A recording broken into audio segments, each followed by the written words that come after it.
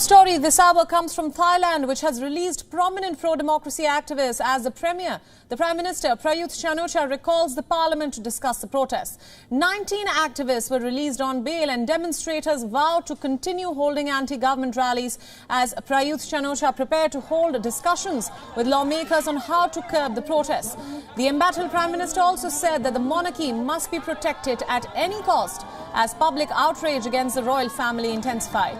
Now remember, thousands of students are defying the lèse majesté law, which makes criticizing or insulting the royal family a criminal offence. The Prime Minister's decision to recall the parliament comes a day after he called for talks with protesters, saying that he is concerned that these rallies will be used by troublemakers to instigate violence.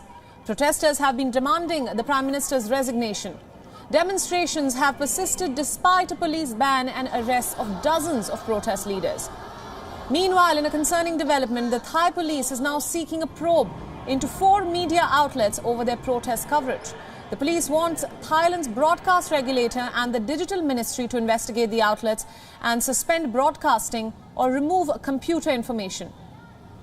The police accuse the outlets of producing content which affected the state's security, peace and order and the good morals of the people.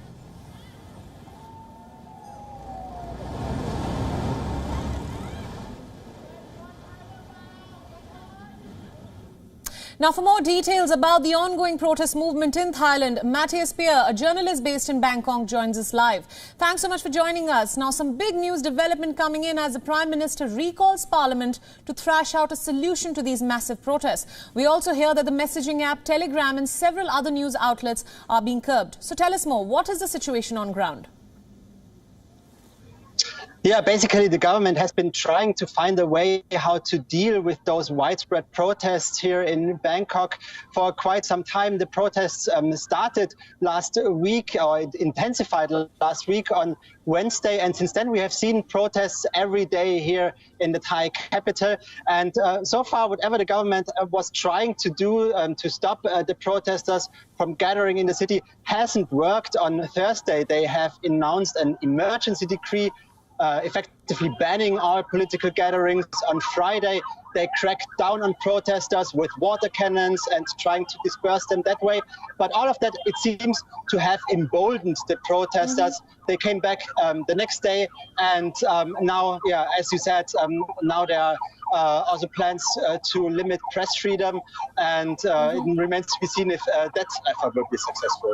Right. Tell us a little bit about the demands of these protesters, which are mostly students. The Prime Minister wants to hold talks, but the topic of the monarchy or any reform within the monarchy seems to be off the discussion table. So how will this movement unfold in coming days?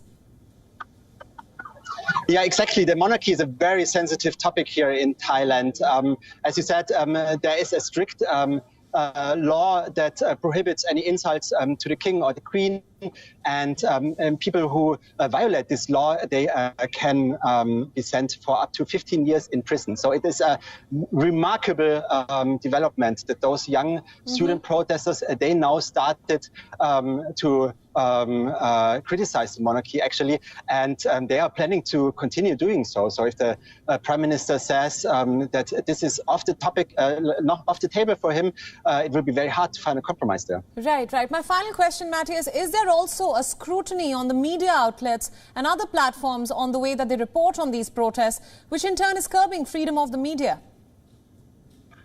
Yes, there is. Since the government introduced the emergency decree last week, they said that all messages are banned that might cause misunderstanding and might affect national security. And yeah, 4 media outlets are now under investigation because the government says they might have done that in their protest coverage. And so there are significant curbs for media now to report about this.